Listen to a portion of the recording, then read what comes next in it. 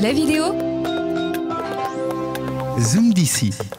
Et bienvenue sur d'ici TV, dans le Zoom d'ici. Notre invité est dans cette émission, Gérard Fromm, le maire de Briançon. Bonjour. Bonjour. Bonjour monsieur le maire. Alors, on va commencer déjà avec un projet qui vous tient à cœur et qui va sûrement faire refléter, faire un peu briller Briançon à l'avenir. C'est le cœur de ville, le projet cœur de ville, c'est-à-dire cette réappropriation des casernes, des anciennes casernes. Absolument. Qui ont fait aussi l'histoire de la ville pour en faire de nouveaux logements. Alors là, on est dans une nouvelle phase. La phase de destruction est achevée. Ça y est. Quasiment. Il reste encore un immeuble à descendre, mais globalement, ça y est.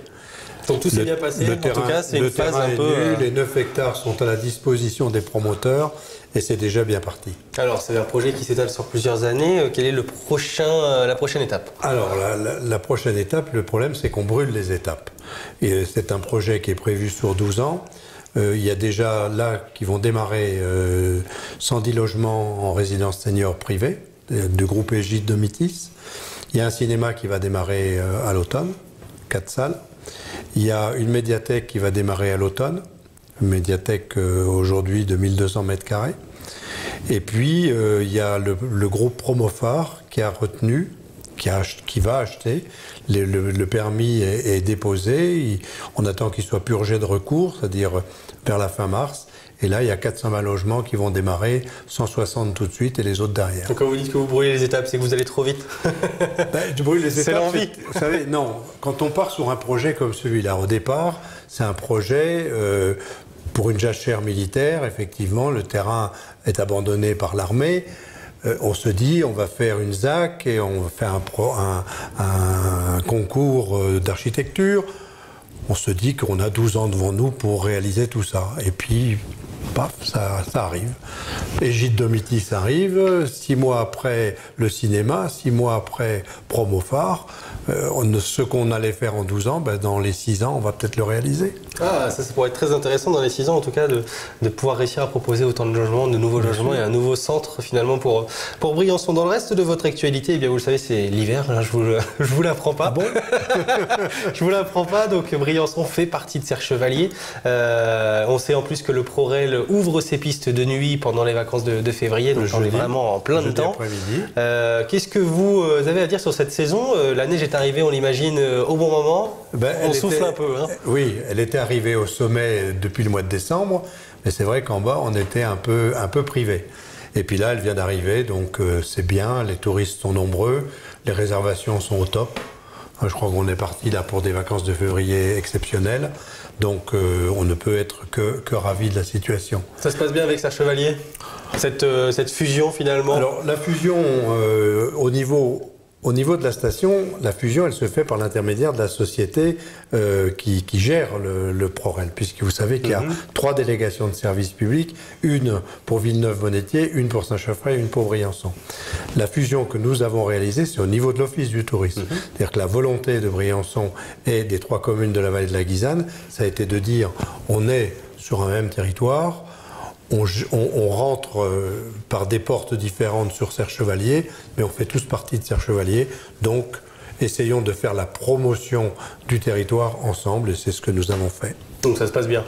Ça se passe très bien. Alors il y a des petits frottements en ce moment avec la prise de compétences dans le cadre de la loi NOTRe, la prise de compétences tourisme de la communauté de communes, mais je crois qu'il faut simplement qu'on s'écoute, qu'on ait un peu d'ambition et puis qu'on ait une vision sur l'avenir qui soit un peu plus ouverte, puis on va y arriver. Alors il y a encore pas mal de sujets à aborder avec vous dans le reste de l'actualité. Par exemple, on va parler de celui qui fait un peu le buzz dans l'actualité politique, à savoir les législatives. Ça fait beaucoup parler. Oui, vous n'êtes pas candidat aux législatives. Non. En ni revanche, au présidentiel d'ailleurs. Ni au présidentiel. Bon, ça c'est une bonne chose. Donc, ce qui veut dire que voilà, pour votre circonscription, vous allez probablement soutenir Joël Giraud. Je l'ai déjà dit. Je l'ai déjà dit depuis un moment, je soutiendrai Joël Giraud, bien entendu. Alors, ça va être intéressant. Quel regard vous portez? Vous êtes un maire de gauche, pardonnez-moi. Oui, quel regard vous portez justement sur les candidats aux législatives de droite. On avait Arnaud Murgia qui a été désigné par son parti Les Républicains. Là, en ce moment, on parle de Chantal Eméhoud, qui serait investi par Les Républicains et l'UDI. Quel regard vous portez sur cette petite valse du côté des candidatures? Je dirais qu'en même temps, c'est risible et c'est malheureux. C'est risible parce qu'effectivement, ce petit kriegspiel, j'y vais pas, j'y vais, retenez-moi mais poussez-moi quand même. Au moins pour Murgia, c'est clair. Il a toujours voulu y aller, il y va, il y a déjà des affiches dans toute la vallée et pas que dans la vallée. Donc lui, il l'a dit. Madame Eméhoud, c'est moins clair. On sent bien qu'elle a envie d'y aller, mais il faut qu'on la tire, il faut la pousser. Est-ce que c'est un aveu d'impuissance face à un candidat comme Joël Giraud, qui a un bilan tel qu'il est plutôt bon, et surtout qui a une présence aussi sur le terrain, qui est assez aimé de ses... Oui, je pense que c'est pas un aveu d'impuissance, je pense que c'est un peu de réalisme. C'est pas facile d'aller devant effectivement un candidat comme Joël Giraud, qui en est à son 3e mandat, qui est connu, qui est quelqu'un qui a travaillé, qui est reconnu. Sur la loi montagne, sur le train de nuit. Sur le massif, sur la politique de massif. Il a fait un gros travail quand il était à la région. Donc c'est quelqu'un qui a une implantation, qui est un garçon qui travaille en plus. Et donc pas comme ce qu'on peut voir actuellement au niveau de l'Assemblée pour certains et certaines. Donc c'est pas facile pour Madame Eméhoud, qui a déjà pris quand même une veste aux dernières législatives. Donc d'y aller, en plus avec ce qui se passe, c'est-à-dire aujourd'hui, au départ, il y avait Fillon. Alors Fillon, c'était tout beau, chevalier blanc en avant, puis d'un seul coup, paf, le chevalier blanc il se retrouve en slip. Alors là, c'est un peu plus difficile. Donc à partir de là, il y a moins d'enthousiasme. Parce qu'il va falloir retrouver un leader. Et là, je pense qu'effectivement, malheureusement, pour Fillon, c'est cuit. Mais bon, je peux me tromper, mais je crois que c'est cuit. Il a plus strictement. Ça va annoncer de bonnes législatives. En tout cas, les campagnes ne sont pas terminées non plus, quoi. Ne sont pas terminées parce qu'après, qui va être président? Parce que les législatives, elles vont dépendre du président. Vous savez, il y a eu en 81, en 83, quand Mitterrand a été élu, vous auriez mis une chèvre à un poteau, Mathieu candidat, il était élu. Hein. C'était un peu ça, malheureusement. Malheureusement, heureusement, il y avait une vague. Donc là, la vague, je la vois pas, sauf si, malheureusement, on laissait trop de place à Madame Le Pen. Et vous, votre regard sur le candidat Macron et Benoît Hamon? Vous avez fait un choix? Écoutez, vous avez pu remarquer que je ne me suis pas du tout exprimé sur la question. J'ai voté aux primaires de la gauche, mais je ne me suis pas exprimé parce que... C'est encore flou aussi? C'est pas flou. C'est pas flou, c'est pas enthousiasmant. Voilà.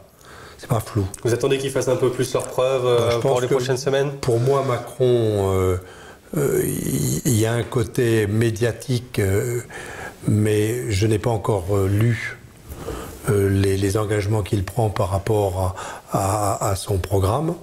Son programme, pour l'instant, il y a beaucoup de buzz, il y a beaucoup, c'est très soutenu par certains milieux culturels et autres, mais c'est le gendre idéal, certainement, mais je ne cherche pas de gendre, donc ça va. Faut bien de le préciser. Je précise, il n'y a pas de problème. Mais par contre, il y a Hamon, On ne vous sent pas convaincu, hein? Non, parce que je trouve qu'il a pas encore, il s'est pas encore chargé du charisme nécessaire qui permet de mobiliser. Il a une grosse tâche, justement, c'est de rassembler la gauche. Il a une tâche de rassembler la gauche, mais au-delà de rassembler la gauche, parce que je pense qu'il va le faire, en tout cas il le veut le faire, et puis je pense qu'il va en réussir une partie. Le problème, c'est que son image, il manque de conviction. La conviction, il faut la faire. Je pense qu'il l'a pour lui, mais il n'arrive pas à la faire partager. Et je pense qu'aujourd'hui, beaucoup de gens, dans le discours qu'il tient, c'est aujourd'hui la seule personne à gauche qui a des chances de faire quelque chose, parce que je ne considère pas que Macron soit quelqu'un de gauche pour l'instant, en tout cas, sauf à ce qu'il me démontre le contraire. C'est quelqu'un qui attire au centre. Je crois qu'il est bien positionné au centre. Il a les gens du centre droit et on voit que Bayrou aujourd'hui a tendance à s'en rapprocher. Et puis il a le centre gauche. Tous les gens qui le rejoignent de ce côté-là. Mais de là de dire qu'il est un homme de gauche, il faut qu'il nous le démontre. Merci beaucoup Gérard Fromm d'avoir été avec nous dans ce Zoom d'ici. L'actualité, ça continue. Les programmes aussi sur d'ici TV. À bientôt. La vidéo Zoom d'ici.